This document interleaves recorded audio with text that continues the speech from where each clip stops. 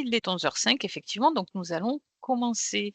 Donc rebonjour et bienvenue, à toutes et à tous, à ce webinaire qui a pour sujet, le recrutement alors d'alternants. C'est vrai qu'apprenti, est peut-être un petit peu réducteur dans le titre, du webinaire et donc on va balayer, aujourd'hui, tout le process de recrutement, depuis, la rédaction de l'offre d'emploi, et l'intégration, de vos futurs alternants.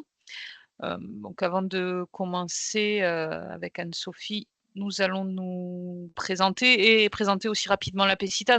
Je pense que vous nous connaissez peut-être un petit peu, mais pour rappel, donc la PECITA, nous sommes présents sur toute la France, donc au travers des 19 bureaux, dont on dispose. Moi, pour ma part, donc je suis, la déléguée régionale, Occitanie. Alors pour la zone, Aix-Languedoc, je suis basée sur le bureau de Montpellier et je co-anime aujourd'hui ce webinaire avec Anne-Sophie que je laisse se présenter. Eh ben, bonjour à tous, Anne-Sophie Claire et moi donc je suis déléguée régionale pour la PESTA Bourgogne-Franche-Comté-Alsace, donc avec 2 bureaux, un à Dijon et un à Colmar.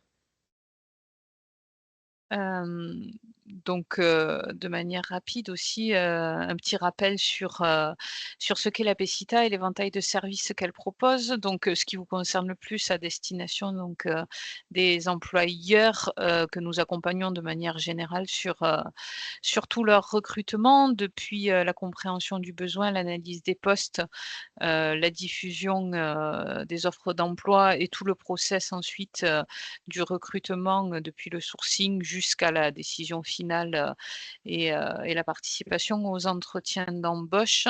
On peut venir également, en appui, donc aux entreprises sur la partie plus, gestion d'équipe, donc faire de la formation également sur des thématiques plus RH, et management. En dehors de nos services proposés à destination, des employeurs, on intervient aussi auprès des établissements de formation, agri et agro, sur, des thématiques qui ont trait à la recherche d'emploi, la recherche de et la construction également du projet professionnel. On leur parle aussi, à ces apprenants-là, de marché de l'emploi, de poursuite d'études, d'insertion professionnelle également. Et notre dernière mission c'est en lien avec les candidats que l'on conseille et qu'on oriente, dans leur projet soit d'orientation, de formation ou de recherche d'emploi également. Donc on est vraiment, au croisement, des besoins des centres de formation, des entreprises, et des candidats. Un petit rappel de cette ça ne défile plus. Attends, hop, tiens. Oh, alors ça rame un petit peu. On est au cœur de cette semaine de l'alternance que nous animons à la PECITA, depuis lundi et qui, comme pour tout le reste de nos missions, a pour but de favoriser la rencontre, entre les employeurs, et les candidats avec, des événements, d'une part à destination des employeurs. Ce webinaire, est une partie de ce que l'on propose et aussi, à destination des alternants, pour les aider dans leur, recherche de contrat et en parallèle de ça, mais comme on le fait aussi, sur tout le restant de l'année, on diffuse tous les besoins en alternant pour ces niveaux techniciens cadres et ingénieurs, qui sont nos cœurs de métier sur les filières agriculture, agroalimentaire et environnement. Ouais. Et au cours de cette semaine de l'alternance, on a proposé divers webinaires. À destination des employeurs, il y en a encore un qui a lieu demain et qui portera plus sur, toute la partie financement de l'alternance que nous on n'abordera pas aujourd'hui et qui sera co-animé avec Ocapiat. Donc il est encore temps, je pense, de vous positionner et donc il a lieu demain de 11h à midi sur ces sujets de financement. Voilà. Et donc vous retrouvez toutes les informations, pour pouvoir vous positionner, sur ces événements-là en scannant, le QR code ou en allant, directement sur le site, de la PECITA dans la rubrique événements. Vous avez la page, avec toutes les informations sur ce que l'on organise dans le cadre de cette semaine de l'alternance. J'arrive plus à faire défiler Anne-Sophie, donc si tu Attends, peux vas-y, faire c'est bon, je te défiler le pour mets. moi, ça ne veut plus. Rapidement, le sommaire de ce que l'on va vous proposer dans le cadre du webinaire d'aujourd'hui. Donc toute la partie présentation de la PECITA, on vient déjà de l'aborder. Dans un premier temps, on va faire, aussi un récapitulatif de tout ce à quoi il est nécessaire de réfléchir, en amont de votre recrutement d'alternants et notamment un petit focus sur les attentes de cette Gen Z qui est quand même la génération, visés dans le cadre des recrutements d'alternants majoritairement, même s'il peut aussi y avoir, des alternants adultes qui ne font pas partie de la génération Z. Après donc on parlera, de rédaction et de diffusion d'offres d'emploi pour avoir les offres les plus attractives possibles, de comment est-ce qu'on sélectionne aussi, les bons profils d'alternants, voir les petites différences qu'il peut y avoir avec des process plus classiques, de recrutement. Pareil sur l'intégration, quelles sont les spécificités, pour les alternants et on refera alors il y aura plusieurs phases, d'échange de questions, à chacune des fins de chapitre, mais on reprendra aussi vos questions, en fin de séance. Questions que vous pouvez poser soit, dans la conversation, soit aussi, à l'oral. N'hésitez pas à activer vos micros, ça sera avec grand plaisir. Et donc je laisse la parole à Anne-Sophie qui va vous parler de tout ce qui se passe en amont du recrutement. Oui, alors pourquoi vous parlez de cette phase en amont du recrutement? Parce que c'est en fait la partie souvent la plus importante dans n'importe quel recrutement et qui est souvent négligée en entreprise. Et d'autant plus là qu'on va être avec un public un peu spécifique, cette partie va être très importante. Alors, en fait, l'étape en amont, c'est l'étape où vous allez définir de qui vous avez besoin, en tout cas de définir les missions sur laquelle votre futur alternant comment dire, va intervenir. Voilà, donc l'idée, ça va être déjà se dire, bah, qu'est-ce que je veux que la personne fasse, voilà, pendant sa période d'un an, 2 ans, ça dépend. Voilà. Donc, vraiment, il faut prendre ce temps pour réfléchir, préciser les missions, ce que je vous ai mis, se mettre d'accord sur le contenu du poste et définir avec qui je veux travailler, avec votre cible. Et ça, on en reparlera un peu plus tard aussi. Dans cette phase, ce qui est important, c'est pas de le faire tout seul, c'est d'essayer d'associer plusieurs autres collègues avec vous qui vont être concernés par le recrutement. Donc ça peut être le service RH, ça peut être les managers ou en tout cas la personne, en tout cas le futur tuteur de l'alternant. Voilà, pour voir les attentes et tout coordonner. Alors, on vous a listé, on vous enverra le PowerPoint, hein, bien sûr, après. On vous a listé les questions à se poser. Du coup, pour vous aider à définir votre besoin. Voilà. Faut savoir que quand on fait le choix de recruter un alternant, l'objectif, c'est de lui former, de lui transmettre des savoirs et de faire monter en compétences. Donc, c'est important, aussi bien que pour vous que pour le jeune ou moins jeune, ça peut être des moins jeunes, mais que vous allez accueillir, que cette expérience soit positive pour lui. Donc, les questions à poser, ça va être bah, pourquoi je recrute? Quel est l'objectif? Quelles missions qui lui seront confiées? Quelles compétences je veux? Est-ce qu'il y a des compétences qu'il doit déjà maîtriser ou pas? Ou des savoirs, hein? Voilà, c'est pas forcément des compétences techniques. Qu'est-ce que je vais lui apporter au cours de son alternance? Comment je veux qu'il évolue, en fait? Il y a aussi la question par rapport à l'école, bah, quel rythme idéal est pour moi? Est-ce que s'il y a des écoles, ça va être plusieurs semaines dans l'entreprise et une semaine dans l'école. Il y a d'autres écoles où c'est 3 jours, par exemple, en entreprise et 2 jours à l'école. Voilà, il faut réfléchir un peu quel est le rythme idéal pour vous par rapport à votre besoin, par rapport à comment est structurée l'entreprise. Quel est le niveau scolaire recherché? Voilà, est-ce que je veux quelqu'un en bac plus 2, bac plus 5? Quel est l'objectif derrière?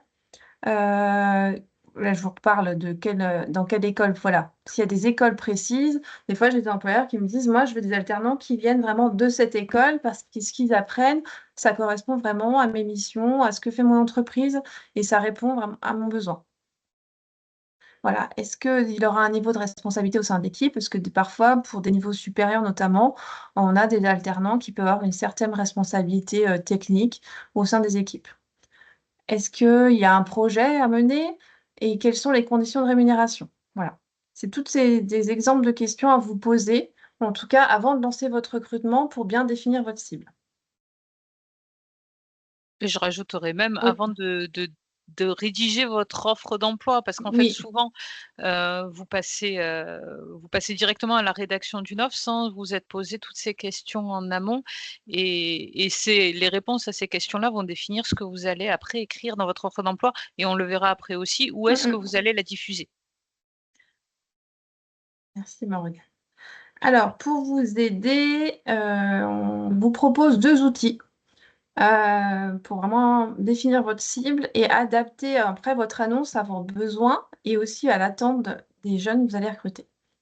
Heu, Ce sont 2 outils issus du marketing, qui sont utilisés en marketing, qu'on peut tout à fait, reprendre en recrutement. Alors le premier outil, c'est ce qu'on appelle la candidate persona. L'objectif, ça va être de créer comment dire? Un profil type que vous aimeriez recruter. Heu, comment dire? C'est en fait, c'est un alternant imaginaire qui sera l'idéal, en fait, pour votre entreprise. L'objectif, c'est vraiment d'appréhender, ses besoins, ce qui le motive, qu'est-ce qui fait qu'il viendrait dans votre entreprise? Et vraiment, l'idée, c'est questionner leurs habitudes, en fait, dans un cadre professionnel, au travail et ensuite d'utiliser ces informations, pardon, pour la rédaction de votre annonce. Donc, pareil, là, je vous présente quelques questions à vous poser et après on vous mettra un exemple, de candidat de persona. Donc, les questions, donc qu'est-ce qui les motive? Je vous ai déjà dit. Qu'est-ce qui fait changer de travail? C'est-à-dire qu'est-ce qui ferait ça arrive parfois des alternants, ils quittent leur entreprise. Qu'est-ce qui pourrait se passer pour qu'ils vous quittent en plein milieu de leur alternance? Où ils vont rechercher, quoi? Comment ils vont rechercher leur offre d'emploi? Comment ils vont rechercher le travail? Sur quel site? Avec quels moyens? Qu'est-ce qui ne leur convient pas dans leur quotidien professionnel actuel? Ça, c'est moins adapté, mais qu'est-ce qui leur conviendrait pas dans leur quotidien professionnel, en tout cas au sein de l'entreprise? Comment ça forme-t-il sur les métiers, votre secteur d'activité, par quel canal? Et aussi, il peut y avoir des questions complémentaires où vous vous demandez: «Bah, moi, de quoi j'ai besoin de savoir sur ma cible, sur les alternants, pour les trouver et comment je peux les séduire pour qu'ils viennent chez nous?» Voilà. Donc c'est vraiment faire un portrait robot de votre alternant idéal, et vraiment où il y aura toutes les informations nécessaires, aussi bien pour rédiger votre offre, pour faire votre sourcing après. Alors, je vous montre ce que ça peut donner. Je ne sais pas si vous avez déjà vu ce type d'outil? Donc là, on a pris Julie Martin, qui n'existe pas, qui est vraiment, qui est vraiment fictive. Donc on a différentes, catégories. Du coup, dans ces candidats de persona, on a son objectif professionnel, on a mis une petite verbatim qui va un peu définir, son projet, en tout cas, ce qu'elle attend. Heu, on a ciblé ses inquiétudes et freins. Bah, j'ai pas d'expérience pratique, là, c'était sur une offre de gestion de production de semences, par exemple. Je peux avoir, des difficultés à m'adapter rapidement, j'ai peur, comment ça va être géré? Je peux avoir une crainte de ne pas être à la hauteur d'une attente parce que, je suis alternante, je n'ai pas toutes les compétences aujourd'hui. Donc peut-être que, on va demander une performance tout de suite très importante et des résultats très importants, mais comment je vais gérer ça? On a une partie levier d'engagement où là, c'est, qu'est-ce qui va faire que l'apprenti ou l'alternant sera motivé à rester chez vous, pour 1 an, 2 ans, sans changer d'employeur en cours de route. Bon, il y a la partie présentation, j'aurais dû commencer par là. Générale, une partie personnalité, donc là, c'est réfléchir aussi, bah, quelles qualités, j'attends de mon futur apprenti. Voilà. Heu, les leviers de rupture, pardon, ça va être, bah, justement, qu'est-ce qui fait que demain il part? Il reste pas? Bah, il se sent pas soutenu, il se sent pas reconnu dans ce qu'il fait, il y a un manque de formation. Là, on était parti sur quelqu'un, l'entreprise a besoin de beaucoup d'innovation, donc on cherche un profil, qui est un peu créatif, qui aime innover. Donc si demain, en fin de compte, sur le poste, il ne peut pas proposer d'idées, pas innover sur certaines choses, ça peut être un frein et en tout cas, ça peut être une comment dire? Je vais y arriver. un motif pour arrêter son contrat. Voilà. Après, vous avez une partie centre d'intérêt, ses valeurs. Voilà. On verra, on en reparlera sur la génération Z tout à l'heure par rapport à ces valeurs qui sont très importantes. L'habitude média, les communications, c'est hyper important parce que du coup, ça va vous aider de savoir comment je communique avec lui, par exemple, puis même au niveau de l'annonce, où je la diffuse, par quel canal je passe euh, avec les réseaux sociaux. Et les mentors, c'est un peu voilà, là où elle va rechercher des infos sur ses connaissances, comment elle va développer, qu'est-ce qui l'intéresse. Est-ce que sur cette première partie, déjà, vous avez des questions? Je ne vous vois pas forcément. Non. Ça Et peut être. voilà. Donc là, on est vraiment sur un peu, ça m'aide à structurer mon besoin, ce que j'attends de la personne, ça serait mon candidat idéal. Ensuite, on va vous proposer un deuxième outil où ça s'appelle la carte d'empathie, où là, c'est aussi un outil utilisé en marketing, mais l'objectif, c'est vraiment de réfléchir à comment dire, c'est complémentaire à la personne, à la candidate, et on va être vraiment sur ce que ressent ma cible, comment elle perçoit les choses, euh, quel besoin elle a pour arriver à y répondre plus facilement à ses besoins. Donc là, c'est vraiment, il faut vraiment vous mettre à la place de votre alternant et se dire, là, qu'est-ce qui ferait qu'elle postulerait chez moi? De quoi elle a besoin? Voilà. Donc il y a différentes parties, du coup. On a la partie qui est juste ici. Euh, je ne commence pas par la première, hein. Ce qu'elle entend, c'est-à-dire qu'est-ce qu'elle entend, par exemple, en ce moment sur le recrutement. En ce moment, depuis plusieurs années, même si le marché de l'emploi commence à changer, on entend, ça recrute beaucoup, mais on ne trouve pas de poste, on ne trouve pas de candidats pour nos postes. Voilà ce qu'elle entend des entreprises. Que le fait que les entreprises rencontrent de grandes difficultés de recrutement. Donc, du coup, ça peut dire, l'alternant va peut-être se dire, comme ils ont des difficultés, je vais tenter ma chance auprès de plein d'entreprises, je vais postuler sur plein d'annonces. Donc, l'objectif, ça sera peut-être là de se dire, je vais bien cibler, bien attirer des candidats avec des choses importantes qu'on verra pour l'offre après, pour qu'ils en fait, ils postulent vraiment à la mienne en se disant, waouh, c'est ça que je veux faire. Ce qu'il peut entendre aussi, c'est, moi, j'ai des collègues qui travaillent déjà et je vois qu'ils parlent de sens au travail, que j'ai vu mes parents ou qui ont fait des burn-out, des choses comme ça. Donc, voilà, donc ça peut créer des freins en se disant, moi, je ne veux pas faire la même chose et finir en burn-out. J'ai besoin d'un équilibre vie pro, vie perso important. Voilà, c'est des infos comme ça qu'on peut mettre dans cette partie. Après, il y a la partie ce qu'elle dit, donc ici la 4 et la 5, ce qu'elle fait, les parties-là. C'est voilà, qu'est-ce qu'elle fait, qu'est-ce qu'elle fait, comment elle recherche des infos, en tout cas pour chercher une offre d'emploi. Donc elle va se rendre sur des sites d'emploi, elle va aller se renseigner sur vos sites entreprises avant de postuler. Elle va aussi aller sur les sites d'évaluation des entreprises. Il y a des sites aujourd'hui qui existent pour évaluer comment ça se passe en interne chez vous. Les salariés vont postuler leur avis en disant c'est super, venez travailler ici ou non, ça ne va pas du tout. Donc voilà. Donc elle va la génération aujourd'hui va beaucoup sur ces sites avant de postuler dans une entreprise. Euh,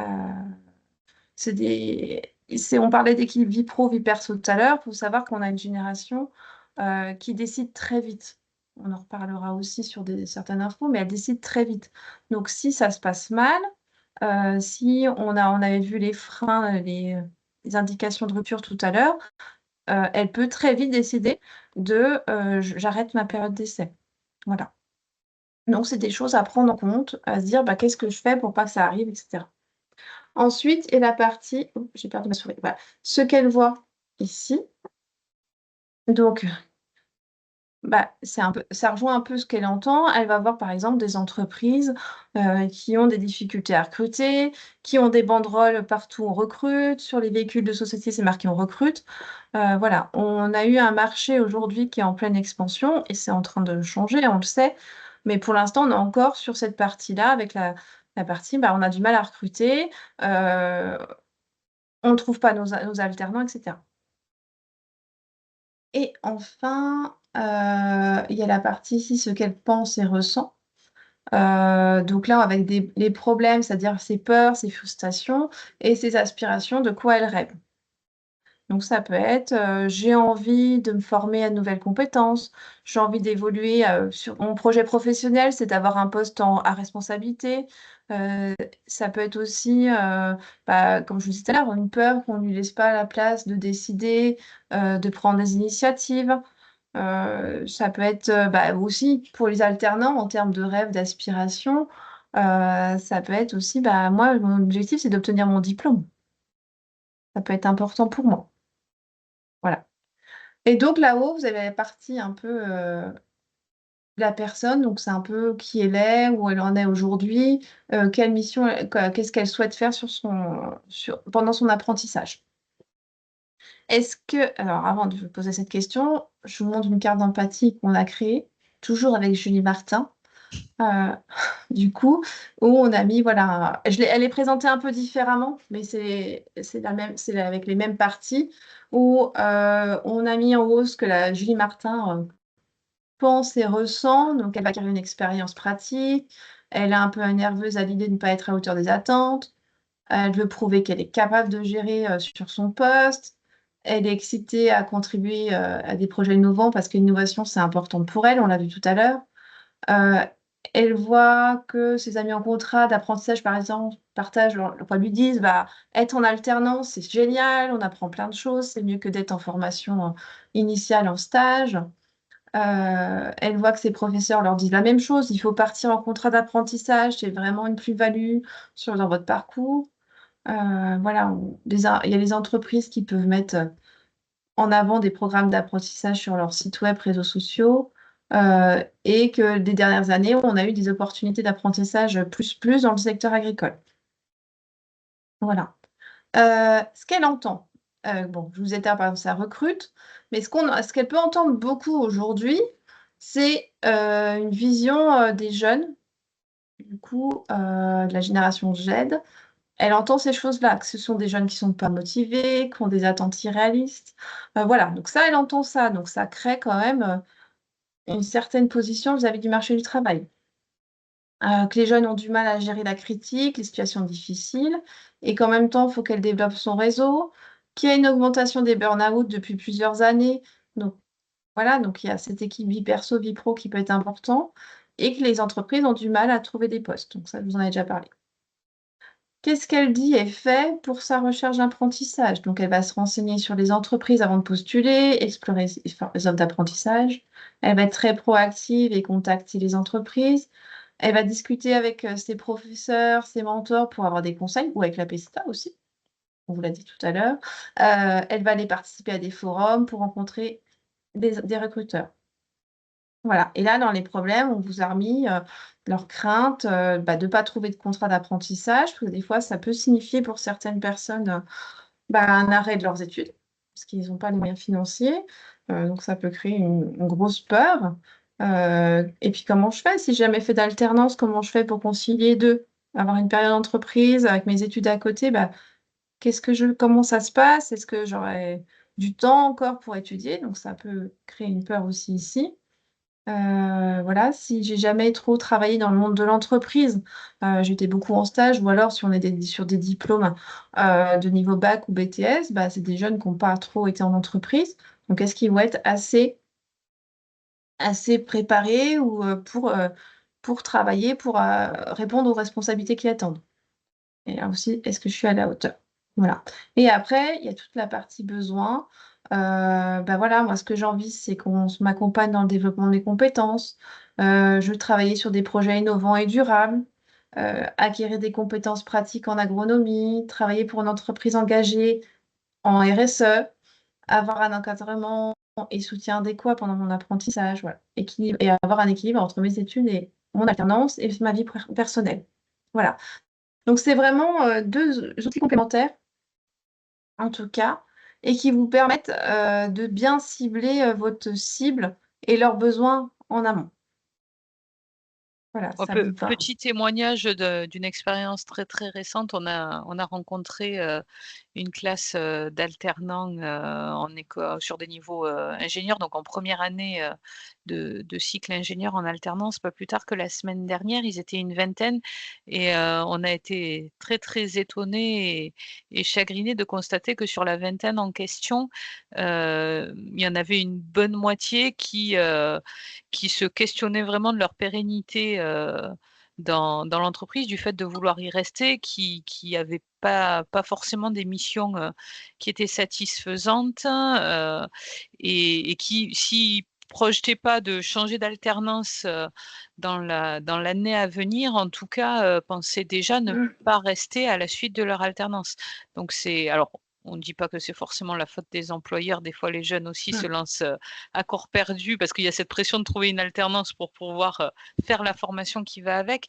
Mais voilà, d'où la nécessité de vous, en tant qu'employeur, d'arriver à projeter le maximum de choses pour éviter de vous retrouver à vous investir pendant 1 an, 2 ans, 3 ans avec des personnes où au final ça sera ah, satisfaisant ni pour vous ni pour eux. C'est vraiment c'est très ça, important. ouais. C'est pour ça, cette partie-là va permettre de rédiger des offres des annonces qui va correspondre à ce que vos missions que vous attendez et ce qu'attendent les jeunes. Mais ça va également permettre de travailler votre discours que vous aurez, avec eux, vos messages d'approche, pardon, que vous aurez, bah, je sais pas, en préqualification téléphonique avant ou, si vous les contactez sur LinkedIn ou dans les mails. Ça vous permet tout ça pour les rassurer, Mmh. en tout cas et avoir un premier contact, qui leur corresponde.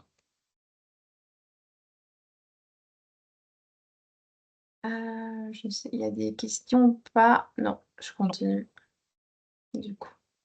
Donc là, on va vous donner quelques informations, qui proviennent d'études de 2024, principalement sur cette génération, que vous allez accueillir. Alors, on va dans un premier t quoi, au fur et à mesure des études, en tout cas des informations qu'on va vous donner, on va essayer de tester vos connaissances sur vos futurs apprentis. Donc pour ça, on vous demande de vous connecter, je vais mettre le lien peut-être, j'y ai pas pensé, dans la conversation, sur le site Bicast. Je vais chercher le lien. Je l'ai, hein, sinon, Tu l'as sinon?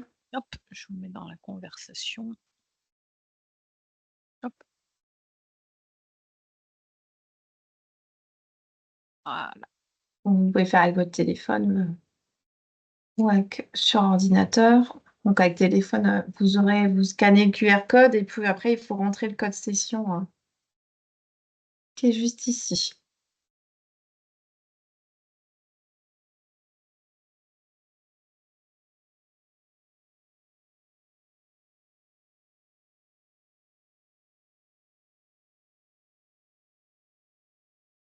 Je vais vous partager la première question.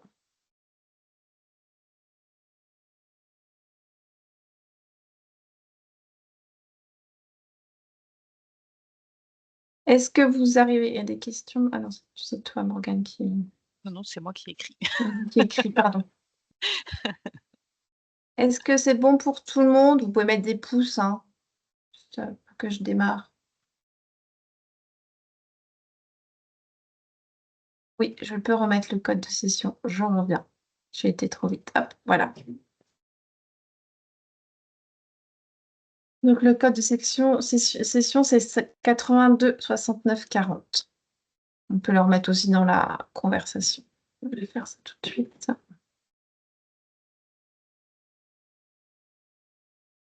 82 69 40.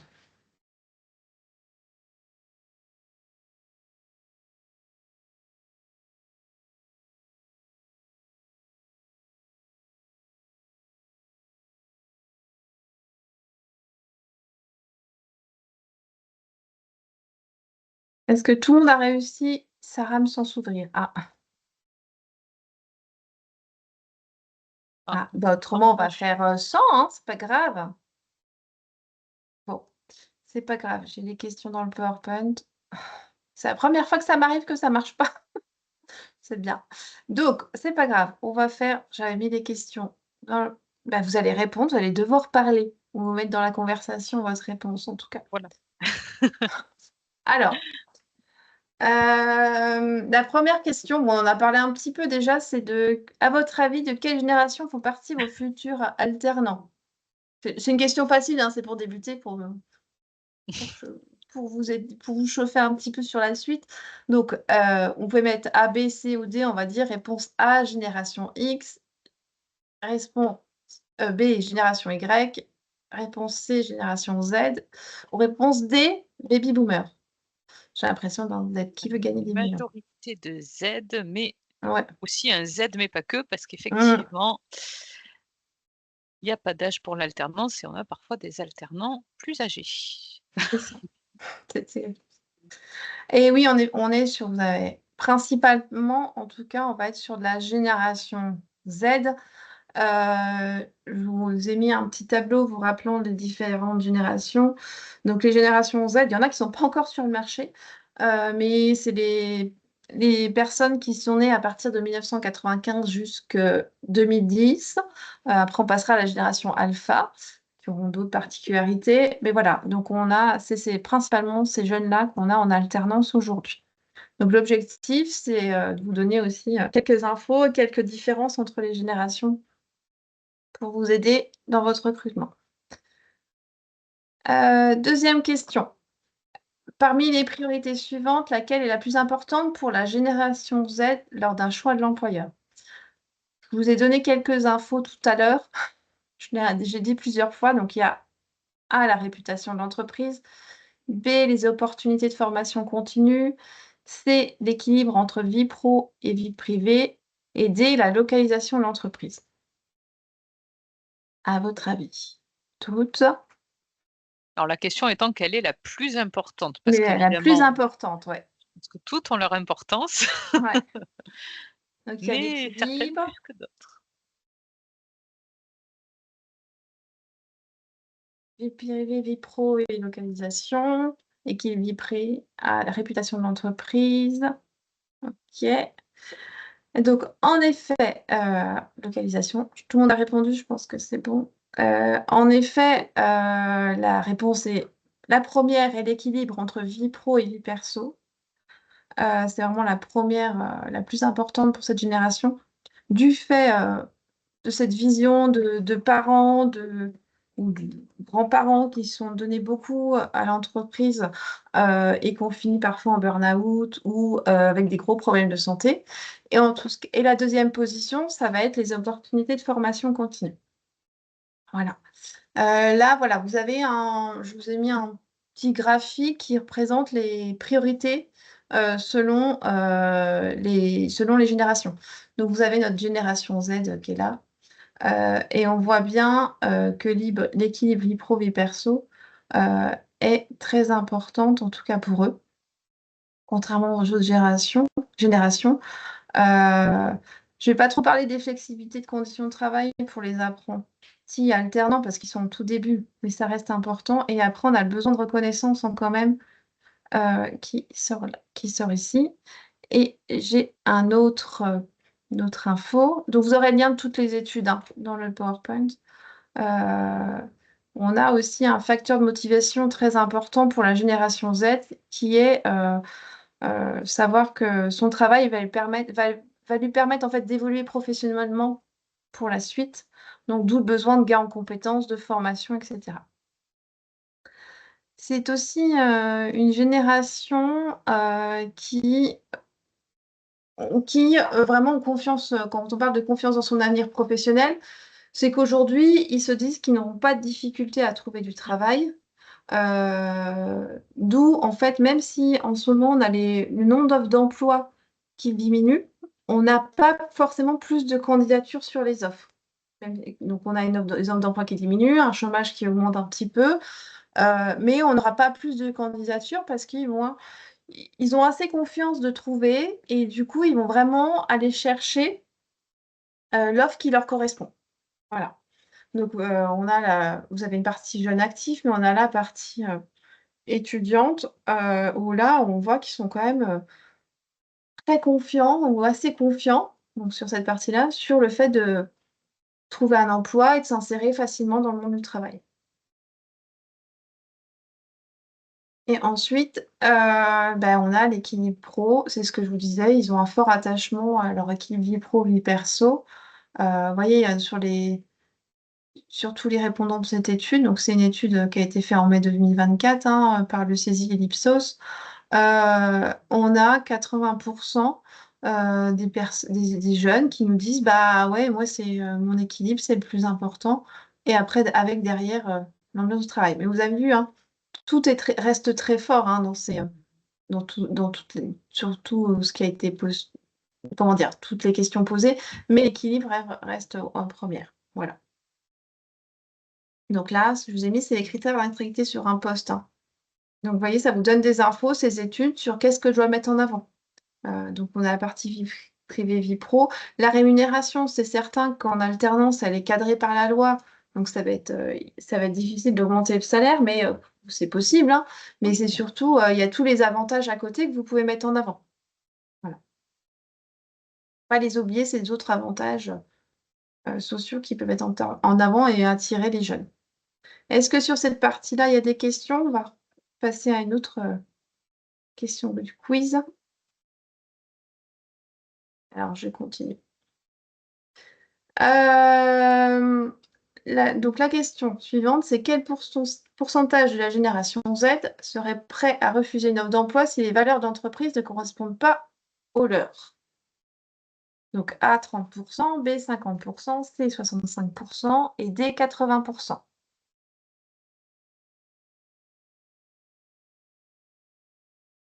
Vous avez le droit de parler aussi, hein, si vous préférez.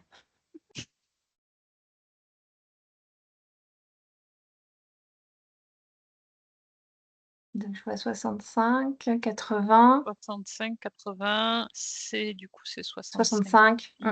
Plus de 65 que de 80. Ouais. Et donc, vous avez raison, en tout cas, c'est bien 65% aujourd'hui qui pourraient refuser une offre si l'entreprise, les valeurs d'entreprise ne correspondent pas aux leurs, en tout cas. Alors, voilà. Des infos complémentaires, donc là, c'est une autre étude. Là, on est sur le fait que les valeurs d'entreprise, on n'est pas sur le fait que je refuse une offre, on est sur le fait que je porte une attention aux valeurs de l'entreprise, en tout cas, et c'est important pour moi, en tout cas. Donc, le fait que les valeurs de l'entreprise soient en accord avec les miennes, c'est primordial à 74%. Donc, c'est énorme, hein, du coup. C'est vraiment important pour eux. Donc, ça veut dire que pour vous, c'est très important de bien définir vos valeurs et bien de les mettre en avant dans vos offres. Voilà.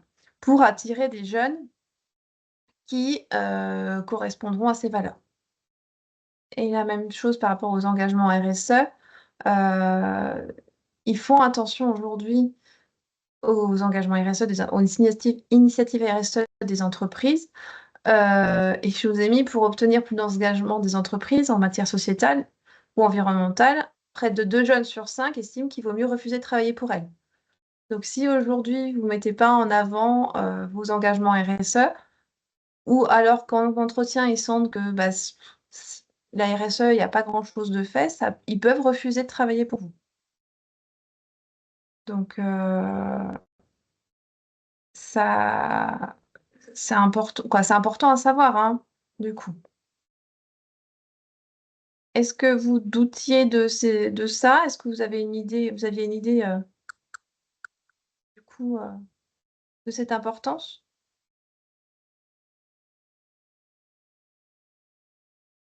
Pas de doute. Pas toutes. Donc, pourquoi on parle de tout ça? Parce que, comme je disais, la génération, en tant qu'ils ne sont pas motivés, etc., c'est juste que leur niveau de motivation ne sont plus les mêmes que les générations d'avant. En fait, ils mettent pas leur importance au même endroit. Donc, c'est juste une réflexion différente à avoir. Allez, on va arriver aux 2 dernières questions du quiz. Voilà, je vous en mets 2 d'affilée, hein, en tout cas. Parmi les éléments suivants, lequel est le plus susceptible d'inciter un candidat de la génération Z à abandonner une candidature en cours de processus de recrutement?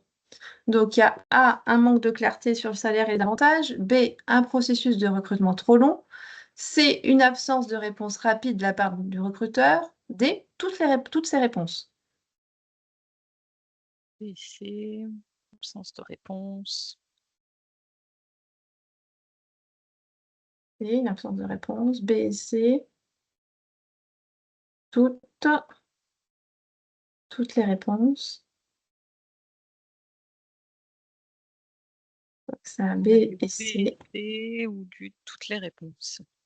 Eh bien, c'est bien toutes les réponses. S'il y a un manque de clarté sur le salaire, les avantages, un processus de recrutement trop long, voilà. Si vous partez sur un entretien de préqualification, 2 entretiens de validation, des tests, j'en sais rien, et que ça prend 2-3 mois, vous allez perdre le jeune et il sera parti ailleurs. Et aujourd'hui, voilà, je vous disais tout à l'heure, ils sont dans l'immédiateté, quoi, ils prennent des décisions très rapidement. Donc si vous répondez pas rapidement, ils seront quoi, voilà, ils seront partis ailleurs aussi. Mais c'est vrai c'est important de trouver le juste milieu sur cette Mmh. longueur de processus Mmh. parce que d'un côté, on entend bien que vous, en tant qu'employeur, vous vous engagez sur une certaine durée. Vous pouvez pas C'est vous ça. engager à la légère. Mmh mh. C'est encore une fois, c'est recruter quand même un salarié, même s'il a ce statut d'alternant. Mais d'un autre côté, voilà, si vous rallongez trop le processus, nous, quand on discute avec les étudiants et qu'on discute de ces process qu'ils ont eu auxquels ils ont été confrontés, dans le cadre de leur recherche d'alternance, on est des fois étonné par la longueur, comme disait Anne-Sophie, avec un premier entretien de préqualification, un deuxième entretien en présentiel, un troisième entretien avec, la direction. Des process de recrutement qui sont très, très longs. Donc il faut trouver le juste Mmh. milieu, dans cette longueur de processus-là. Mmh. Et donc la dernière question, selon une étude de 2024, quel pourcentage la génération Z, pardon, préfère les processus de recrutement basés sur les compétences plutôt que sur les CV traditionnels? Donc 68, 82, 90 ou 94?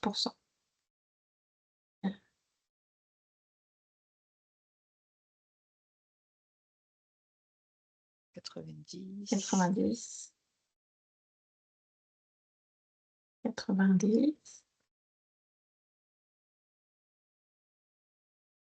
B donc 82, 90. 10. Ouais, en Et oui, plus de 90. ouais. Et on est bien, oui, à 90 du coup, aujourd'hui, qui aimerait qu'on les évalue vraiment sur leurs compétences et pas sur le CV et encore moins sur la lettre de motivation. Voilà, pour résumer, voilà, ce qu'on a dit et je vais laisser la parole à Morgane après, voilà. Pour éviter les abandons, en tout cas de candidature, voilà, ce qui est important à retenir, il faut prendre une décision rapidement. Si vous demandez, plein de cas pratiques de mise en situation avant quoi, ça peut aussi être un oh, Un un motif élément, d'abandon, un un cas de motif rupture. d'abandon. Voilà, merci. S'il y a pas d'infos sur la rémunération, encore une fois, pour les apprentis, les alternants, c'est cadré et cetera. Voilà, tous ces motifs d'abandon possibles. Je vous ai mis après, ça vous l'aurez, tous les liens vers les études, de 2023 et de 2024, en tout cas, qui peuvent vous donner des informations complémentaires. J'ai pris beaucoup de temps, il y avait plein d'infos, voilà. Est-ce que vous avez des questions ou, je laisse Morgane continuer, sur la partie, Mais c'est pas grave rédaction de d'avoir l'offre? pris beaucoup trop de temps là-dessus parce qu'encore une fois, c'est vraiment Mmh, justement ce temps que vous prendrez là-dessus qui fera que ça vous facilitera, la suite sur la partie rédaction et mmh, sur la partie aussi sélection. c'est Parce ça. que voilà, une bonne définition en amont, bah, vous facilitera les choses pour la suite. S'il y a pas de questions. Ah, une Ah question, si, si. nous avons une question. N'hésitez Alors pas à activer bonjour, votre j'avais micro. une petite Bonjour. question, effectivement, puisque voilà, quand il y a un besoin d'alternance, moi je réunis souvent les managers, tout ça, Mmh, pour qu'on se mette d'accord sur aussi l'objectif après l'alternance. oui, Et tout à souvent, il fait. y a une sorte de flou qui est instauré autour de ça. Est-ce que vous avez des techniques peut-être, voilà, est-ce que finalement on se dit, bon, ben, on lance pas le recrutement, ou alors tout simplement on fait preuve de transparence envers le candidat? Le flou, c'est parce qu'on ne sait pas, par exemple, quoi, ça dépend quel secteur vous êtes, mais s'il y aura l'activité suffisante pour C'est recruter ça, derrière. bah, dans l'avicole.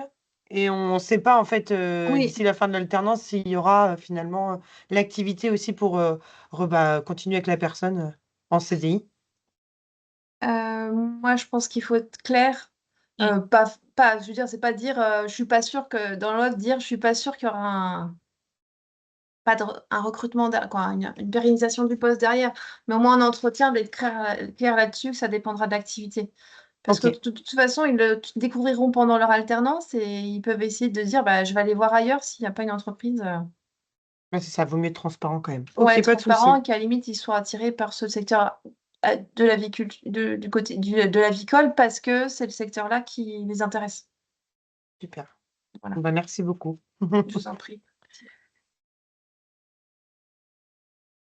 Je te laisse continuer, Morgane. Oui, alors je Tu veux vais que je fasse essayer de défiler peut-être? recommencer Ah, à faire des ça marche. voilà. Donc on va passer maintenant sur la partie donc rédaction, de l'offre, en elle-même et qu'est-ce qu'il faut prendre en compte pour qu'elle soit la plus attractive possible et donc de rebalayer ensemble déjà, la structure globale, de l'offre avec les spécificités, propres à l'alternance. Donc, comme toute autre offre d'emploi, hein, l'offre d'alternance doit remplir les 2 conditions d'être claire et synthétique. Si on prend déjà, bah, la première chose qui va faire que le candidat ou la candidate viendra lire la suite, c'est quand même de bien travailler le titre parce que, bah, dans les pages de résultats d'annonces, dans les alertes mail, c'est vraiment ça qui va faire la différence et qui va faire que la personne, va cliquer sur l'intitulé de l'offre pour prendre connaissance du contenu. Et pour ça, déjà au-delà de l'attractivité, il faut aussi que cette offre-là soit trouvable, même si ce mot n'existe pas tout à fait, et apparaisse dans les résultats des moteurs de recherche quels qu'ils soient, des candidats, donc comporte les mots-clés, et correspondent à des titres de poste les plus utilisés sur le marché pour ce type de poste-là et qui sont susceptibles d'être recherchés par les candidats. Donc de vraiment, remettre les mots-clés qui attireront les candidats qui correspondent aux candidats de persona qu'on a vu tout à l'heure, et que vous aurez pré-travaillé en amont. Dans le corps de l'offre, en elle-même, bah, elle se décompose en général toujours de la même façon et débute régulièrement par une présentation de votre structure. Donc là aussi, de vraiment prendre ce temps de détail parce qu'on l'a vu en fonction des attentes, de cette génération-là, ils attendent beaucoup de choses et sur ces points-là, donc de ne pas hésiter à rebalayer, ben, quelle est votre activité? Avec qui est-ce que vous travaillez? Que ce soit en termes de clientèle, de partenaires, quelle est la taille de votre structure? Combien est-ce qu'il y a de collaborateurs? Où est-ce que vous êtes situé? Un point qui peut avoir son importance aussi pour ces générations-là qui ne sont pas toujours véhiculées, c'est quels sont les moyens d'accès aussi, éventuellement en transport en commun parce que voilà, parce que c'est pas toujours facile pour eux, et ça peut vous éviter des mauvaises surprises, avec, un candidat qui arrive à l'entretien qui vous dit: «Ah ben non, mais moi finalement venir chez vous au quotidien, ça va être compliqué». Voilà, quels sont vos projets, actuels, ou en cours dans un avenir proche? Voilà, sur cette partie présentation. Donc on l'a vu, c'est de reprendre aussi, bah, pourquoi est-ce qu'on a besoin de recruter, un alternant? Sur quelle problématique est-ce que vous allez, faire travailler la personne? Quel sera votre objectif principal? Pourquoi est-ce qu'on a décidé aussi de recruter, d'intégrer un alternant, chez nous? Qu'est-ce que vous ferez au quotidien? Qu'est-ce qu'on compte vous confier comme mission, alors que ce soit au quotidien ou plus ponctuellement? Voilà. Avec qui est-ce que vous travaillerez? Parce qu'on l'a vu ça aussi, ces éléments de contexte, d'organisation, d'ambiance également comptent énormément. Le côté évolutif, alors là aussi qui peut un petit peu changer par rapport à une offre d'emploi classique, parce qu'encore une fois, on le rappelle, hein, un alternant, c'est quelqu'un que vous allez former et qui va acquérir de l'autonomie tout au long de sa présence chez vous. Donc, ben, voilà, quelles seront ces évolutions, en 1 mois, 3 mois, 6 mois, 1 an? Et du coup aussi, bah, quelle sera la finalité de cette alternance? Comment est-ce que vous saurez que la personne aura réussi chez vous? Et après donc, parce qu'on a parlé tout à l'heure de longueur des process de recrutement, quelle sera la suite des événements? Comment va se passer le processus de recrutement si la candidature est retenue? Et après donc, en conclusion, ce qu'on appelle, un call to action, c'est-à-dire, voilà, l'appel à l'action, donc pour, inciter les personnes à postuler.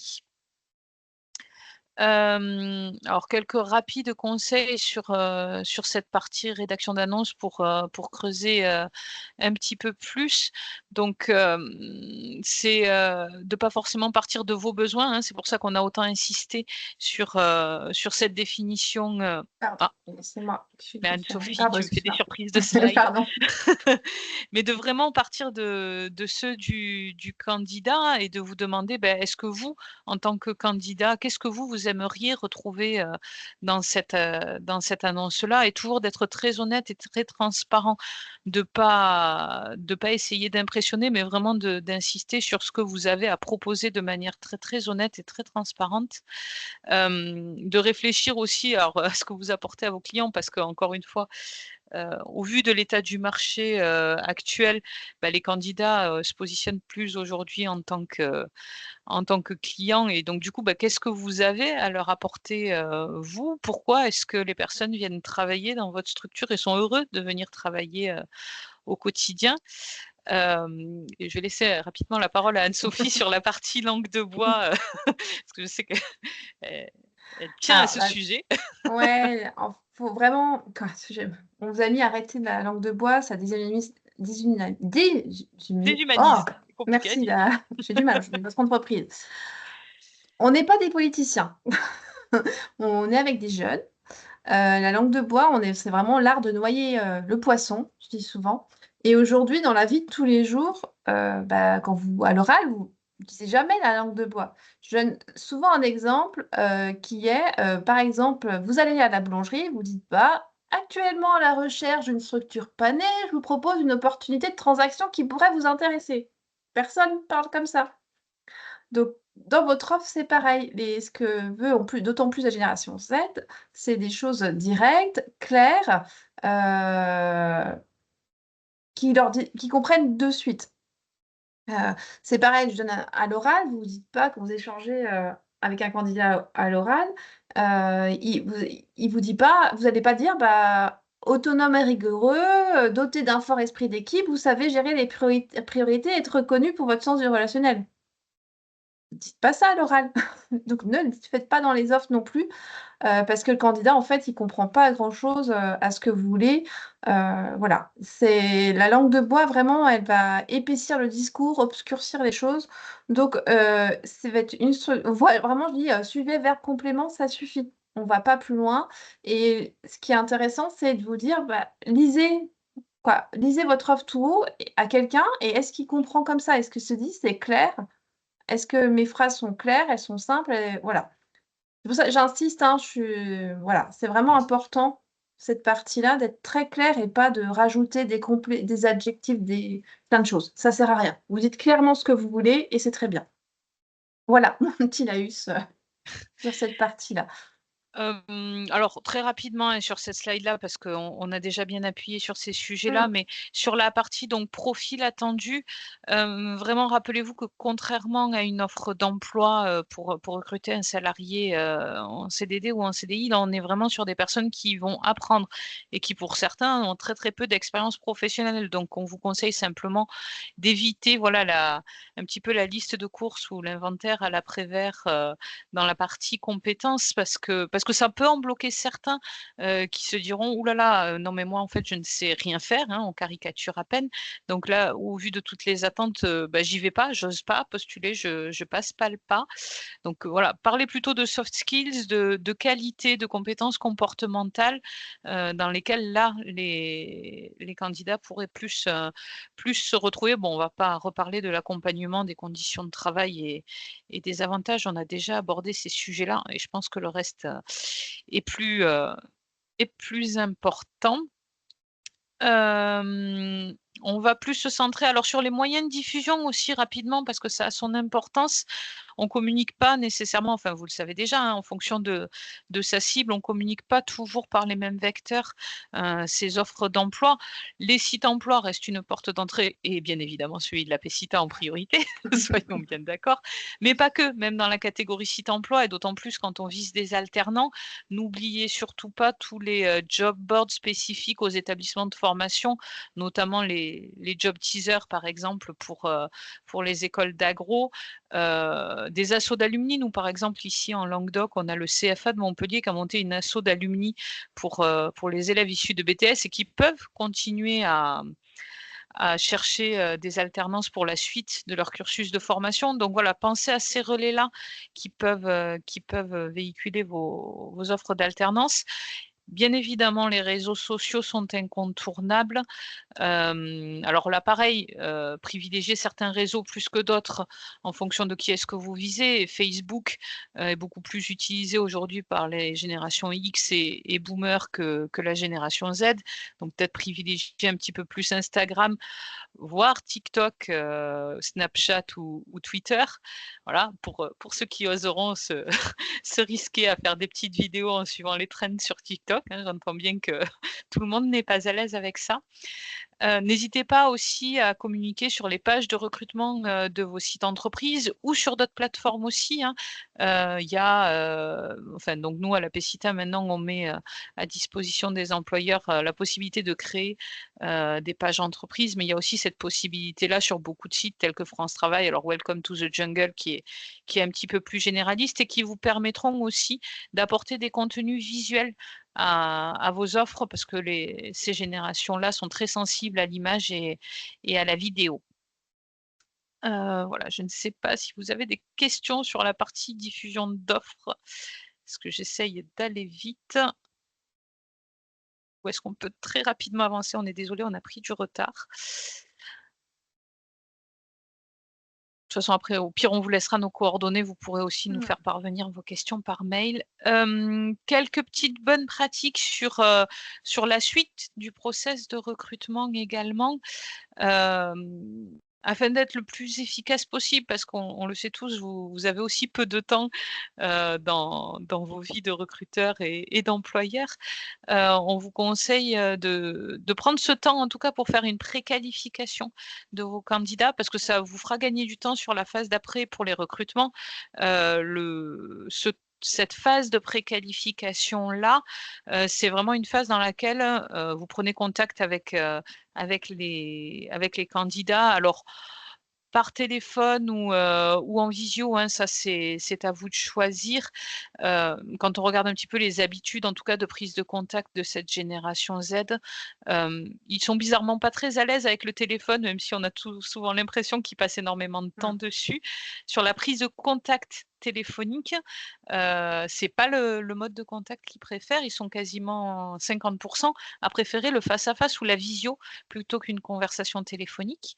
Mais bon, quoi qu'il arrive donc dans cette phase de préqualification, il s'agira de valider les grands points clés du poste. Je vais vous montrer, derrière une grille que vous pouvez utiliser. Donc quand on dit les grands points clés, c'est déjà de reprendre votre offre et de valider l'intérêt pour les missions proposées sans pour autant essayer de tester, voilà, est-ce qu'ils peuvent répondre à vos attentes? Juste de valider l'intérêt et après d'être très pratico-pratique, de valider, la disponibilité. À partir de quand est-ce que la personne, pourra prendre son poste? Est-ce que ça matche avec vos attentes? Est-ce que le rythme d'alternance, correspond aussi à ce que vous avez, comme attente de votre côté? La localisation géographique, parce que, souvent on nous dit: «Oui, non, mais on l'écrit sur l'offre». Je suis bien d'accord.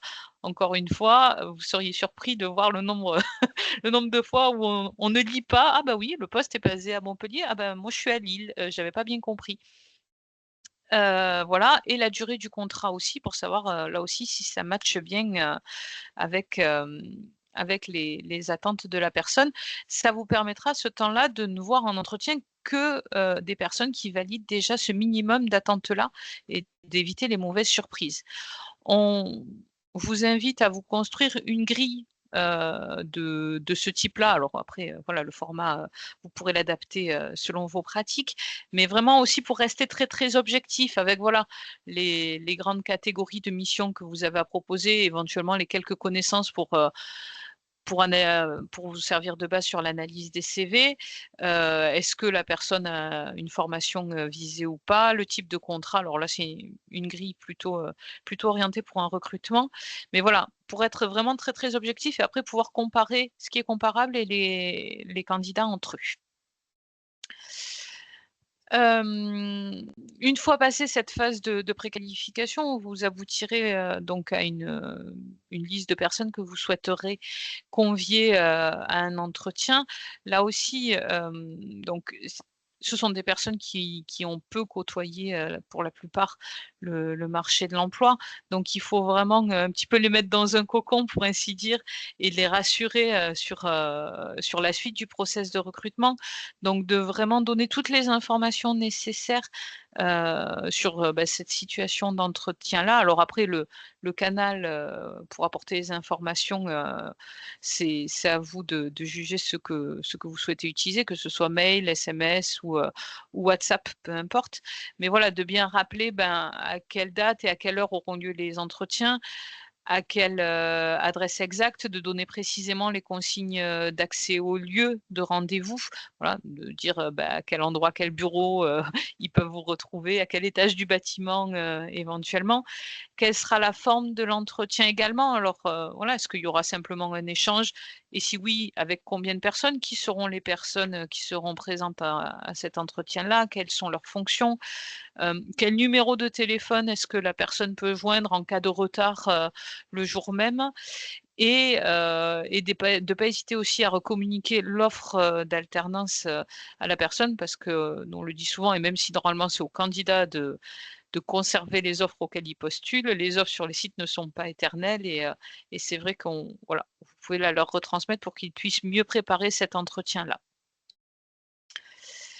Hem et donc arrivé maintenant au temps de l'entretien, donc là aussi, de se construire à nouveau, une grille d'entretien, là aussi dans un esprit d'objectivité et sur cette partie entretien-là, au même titre que ça a déjà été le cas dans la rédaction de l'offre, d'être toujours, assez indulgent sur le fait qu'ils débutent dans le monde professionnel et de peut-être, plus évaluer, la partie savoir devenir, que les savoir-faire, déjà acquis. Alors, je dis pas qu'il y a pas de connaissances du tout, il y a peut-être des personnes qui sont sur un cursus de formation plus niveau ingénieur, par exemple, où il y a déjà, des compétences d'acquises en BTS, en BUT, par exemple.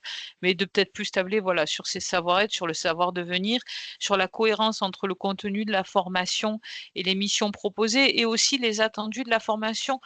Parce que des fois, certains employeurs oublient un petit peu que, les élèves ont des rendus à faire dans le cadre des formations et qu'il vous sera nécessaire de leur apporter le contenu nécessaire pour pouvoir apporter satisfaction et qu'ils puissent obtenir, leur diplôme à la fin. Et enfin, donc une fois l'entretien passé, la sélection finale, effectuée, donc arrive le moment de l'intégration.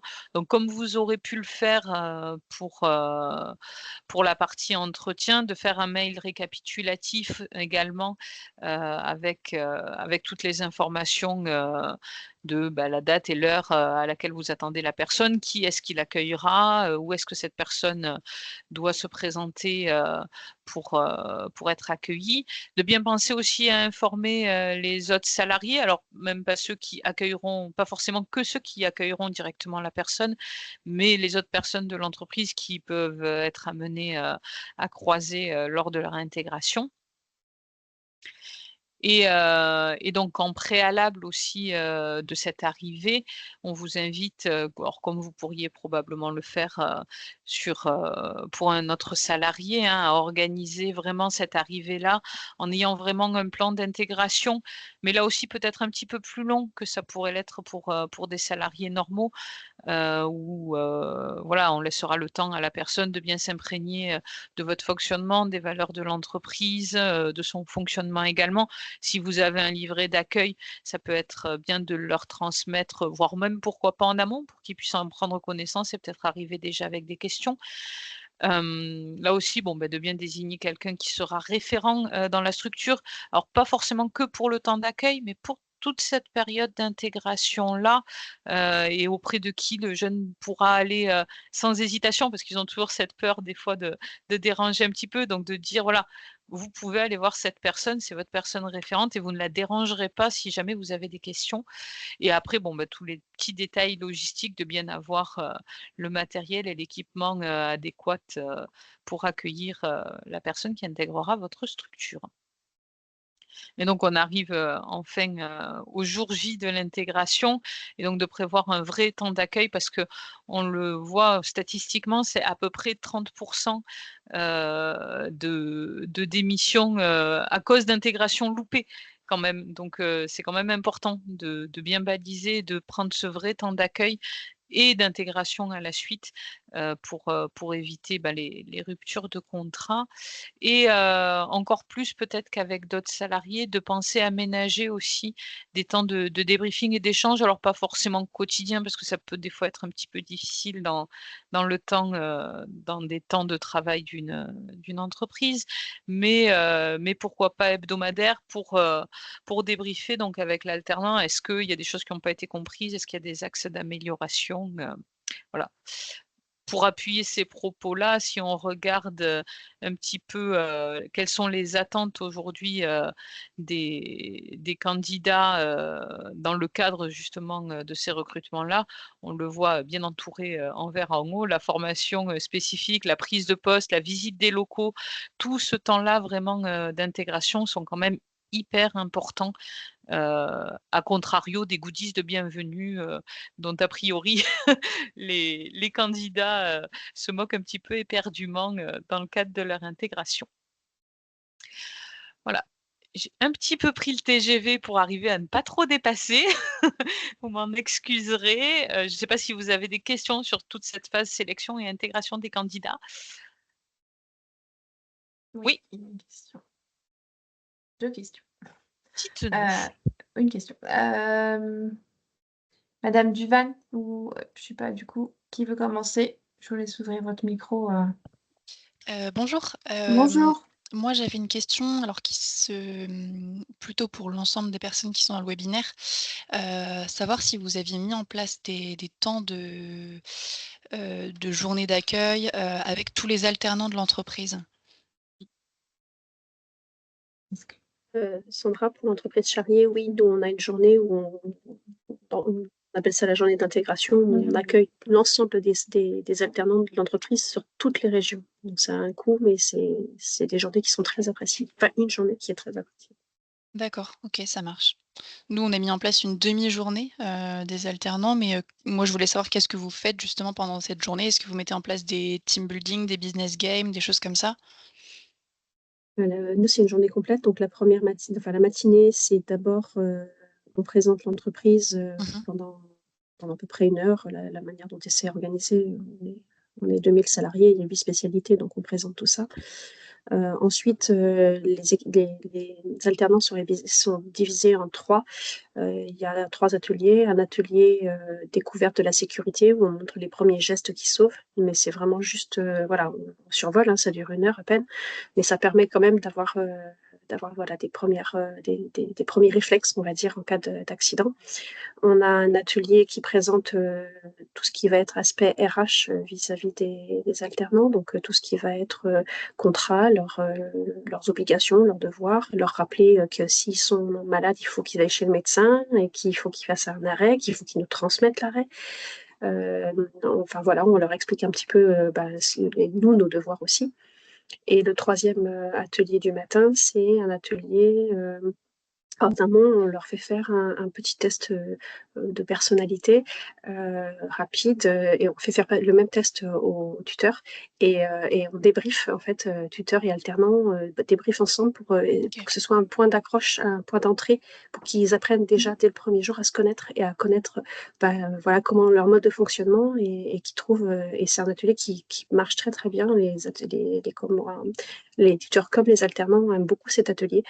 Au départ, ils sont un peu réticents quand il faut remplir le questionnaire, ils sont pas très envie. Mais en fait, quand on débriefe avec eux, après, ils adorent. Et, et on a tous les pastilles, tout l'encadrement, les RH, etc. On a tous la petite pastille avec notre animal totem et qu'on porte toute la journée et tout le monde adore. Et ça se Sympa. passe très très bien et c'est un atelier qui plaît beaucoup. Et l'après-midi, on fait un team building, donc là, c'est en général des activités sportives ensemble avec les OK. tuteurs. Bon, bah, ça marche. Merci beaucoup pour les infos. De rien. Il y avait encore une question? Oui, j'avais une question par rapport justement tout à l'heure, on parlait plutôt, des soft skills, du fait Mmh. qu'on était plus, voilà, sur les personnalités, tout ça. La question que je me pose, c'est comment, du coup, aujourd'hui, on fait, finalement pour, cibler des candidats ou faire, nous, des recherches avec, notamment tout ce qui est, job board et cetera, si on a du mal à si on se base plus justement sur forcément les compétences techniques? Alors en fait, ça va être déjà pour les alternants, en tout cas, en fonction du diplôme que vous visez, heu, bon, qu'il soit dans ce secteur-là et après ça va être bon, je verrai ce que Morgane va répondre, mais en tout cas, ça va être surtout, la façon dont vous allez poser les questions en entretien qui va vous permettre d'évaluer ça. C'est-à-dire, c'est pas je prends une qualité, quoi, un soft skills basique, si c'est de l'organisation, c'est pas juste lui demander, est-ce que vous êtes organisé? Comme on demande aux candidats de pas juste nous dire: «Je suis organisé», c'est la même chose. C'est plus lui donner, ce qu'on appelle faire des questions situationnelles, où ils ont un peu qui sont dans le style: «Dans cette situation, il se passe ça, qu'est-ce que vous faites?» pour évaluer sa compétence d'organisation, par exemple.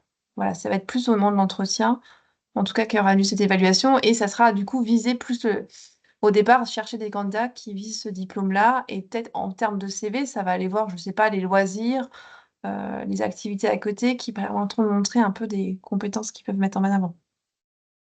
Je sais pas si Morgane a Non, rien à ajouter. bah, Après, je sais je sais pas si je Merci suis beaucoup. claire aussi? Si, si, j'ai compris. C'est plus, Ouais. en fait, sur le volume maintenant que je me rends compte des candidatures qui peuvent peut-être augmenter justement avec ces recherches qui se transforment. Mmh mmh, Enfin, moi, je trouve que j'ai plus de volume qu'avant en termes de recrutement parce que Non, justement, je me base moins mais sur sur les le CV, compétences. donc c'est plus la gestion Mmh. du temps, quoi, à l'avenir. Mmh. Ouais. je sais pas s'il y avait d'autres questions? Apparemment non. On va arriver à la conclusion et on est vraiment en retard. On n'est pas bonne du tout aujourd'hui sur cette partie-là. Juste à retenir, hein, c'est juste 2-3 phrases. Donc bien analyser votre besoin pour définir votre poste au départ, se mettre dans la peau des candidats, réfléchir comme lui, donner des infos détaillées, précisées, pour avoir les candidatures qui correspondent, c'est-à-dire, en termes même vous avez vu en termes de valeur, en termes de mission, en termes de centre d'intérêt, ça va être l'important, voilà, sans langue de bois, du coup.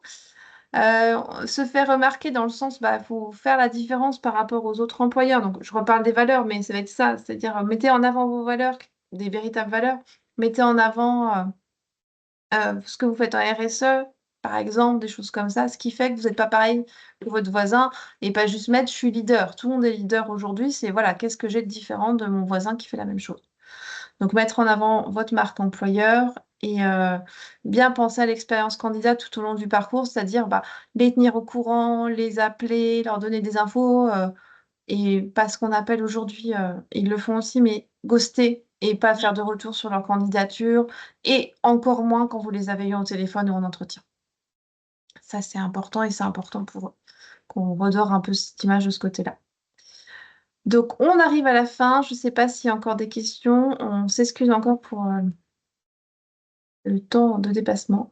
On a perdu quelques personnes. Voilà. En tout cas, merci beaucoup pour votre écoute Mmh. et votre participation également. Oui, on vous envoie de toute façon la présentation d'aujourd'hui. Belle journée à Bon, vous. belle journée s'il y a pas de questions, bon appétit. Bonne journée, bon appétit. Merci. Mmh.